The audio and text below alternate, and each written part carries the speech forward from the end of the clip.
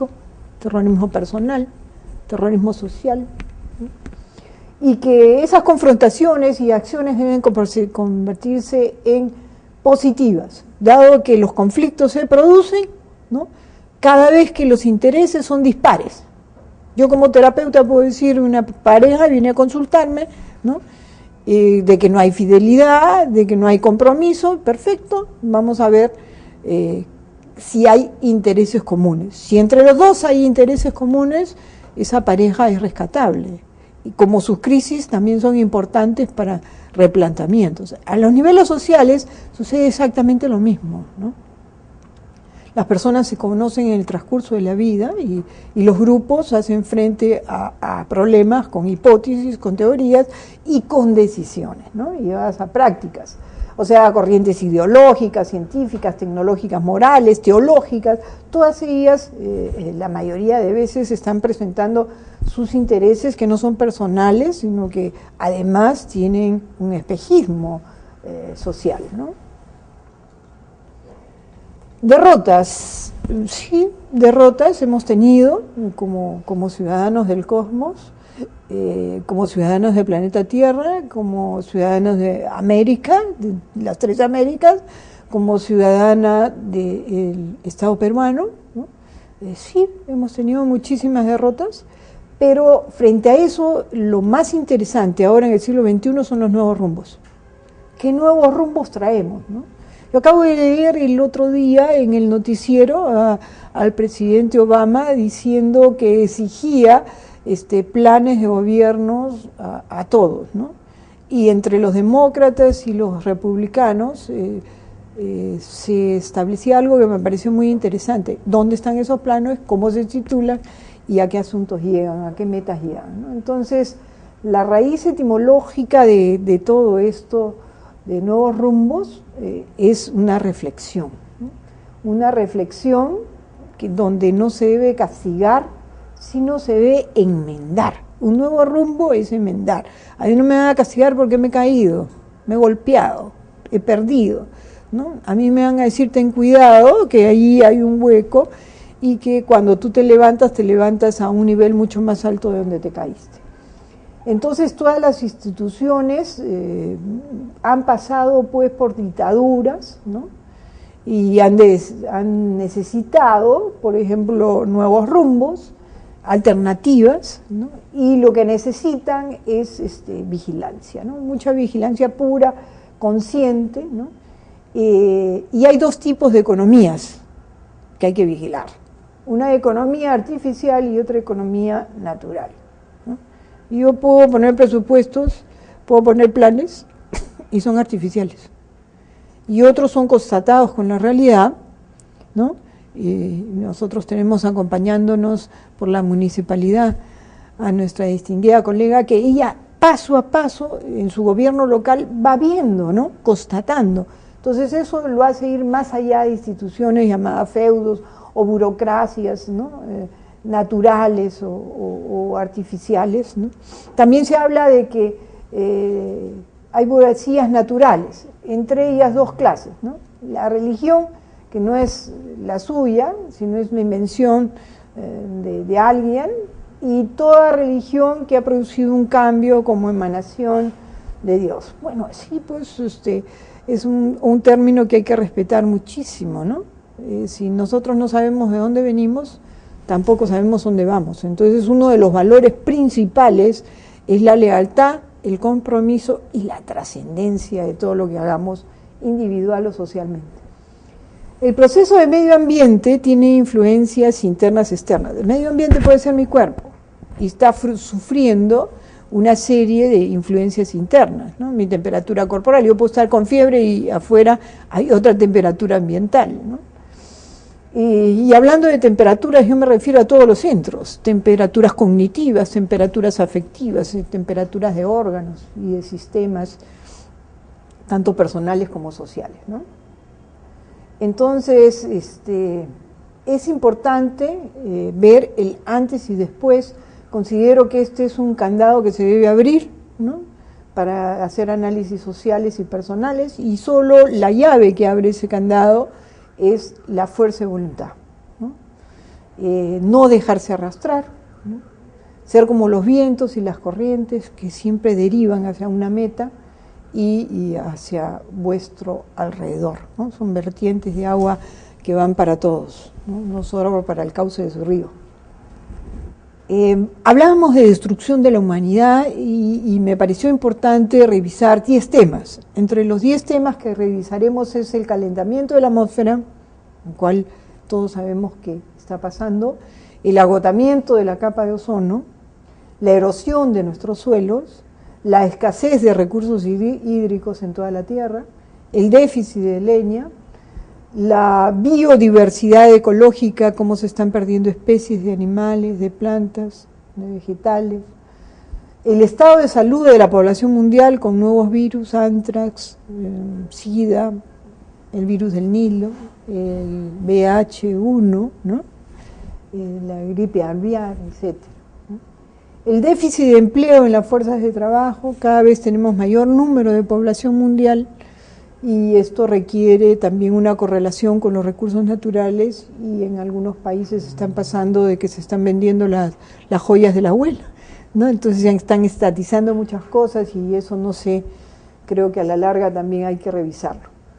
Migraciones causadas por aumento de 1 metro del nivel del mar, ¿no?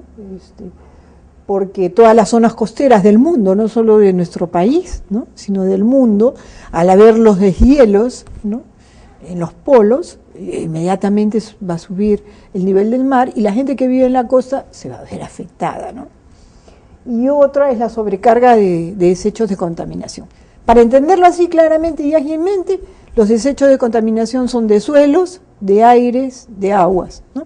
De suelos tenemos que tener una política personal y social muy centrada, ¿no? Yo voy manejando con el carro, paramos en semáforo de luz roja y vemos al señor que se come un chocolate y lo tira por la ventana el papelito. Entonces yo muchas veces lo alcanzo en el siguiente semáforo y digo, señor, me parece que usted se ha olvidado, tiene un problema de voluntad y memoria, usted se ha olvidado que el país no es un tacho de basura, ¿no?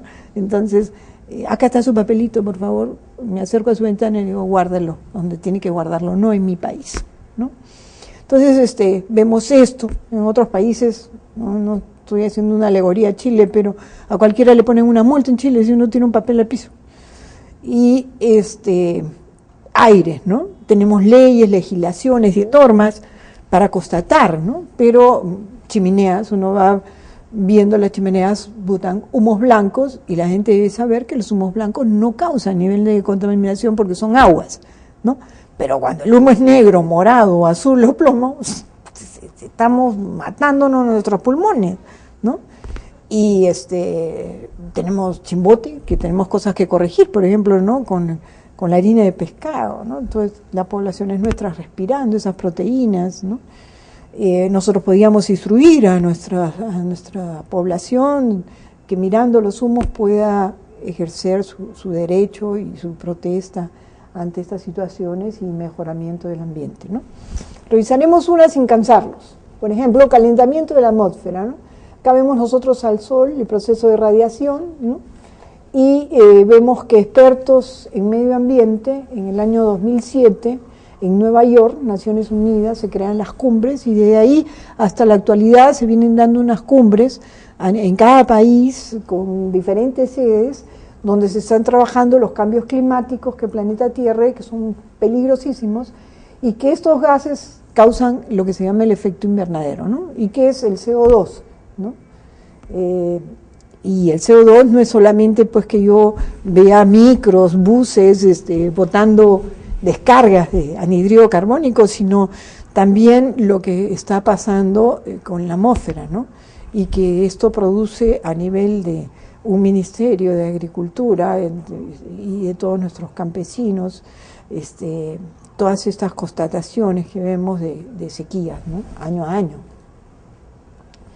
Las capas gaseosas de la atmósfera son muchas, ¿no? Troposfera, estrósfera, meósfera, ¿no? La atmósfera en sí es enriquecida en oxígeno, por eso la tenemos que cuidar mucho, ¿no?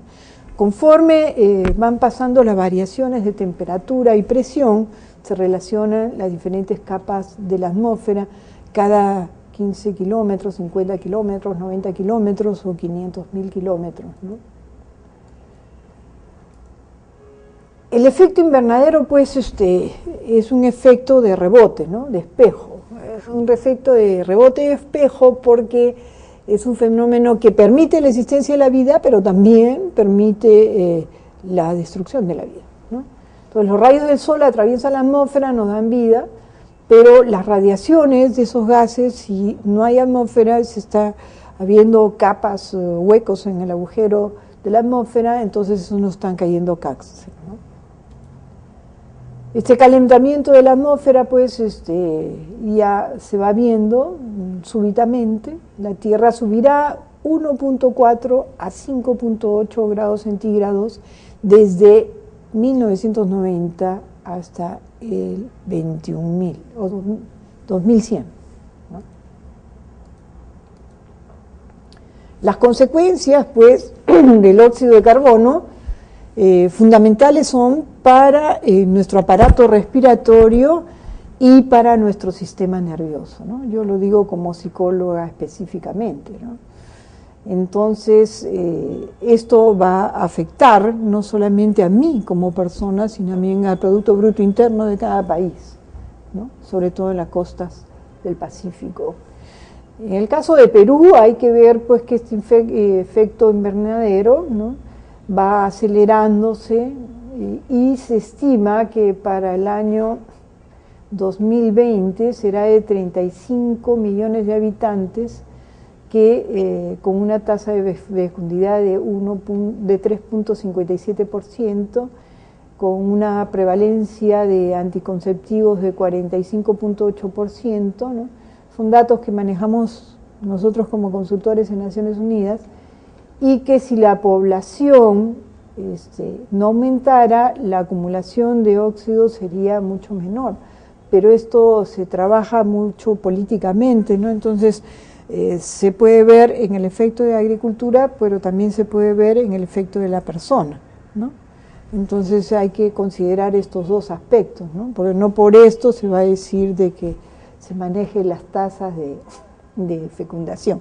Vamos para el segundo problema de esta destrucción de la humanidad, de amenazas que hay que trabajar. La capa de ozono, ¿no? No sé si la máquina puede registrar la lámina. Nosotros podemos ver la filtración de la luz solar, ¿no? 25 kilómetros de la Tierra, la capa de gas de espesor, ¿no? Es como una suela de zapato de rayos ultravioletas, abierto, ¿no? Por donde nos está cayendo directamente a producir cáncer, ¿no?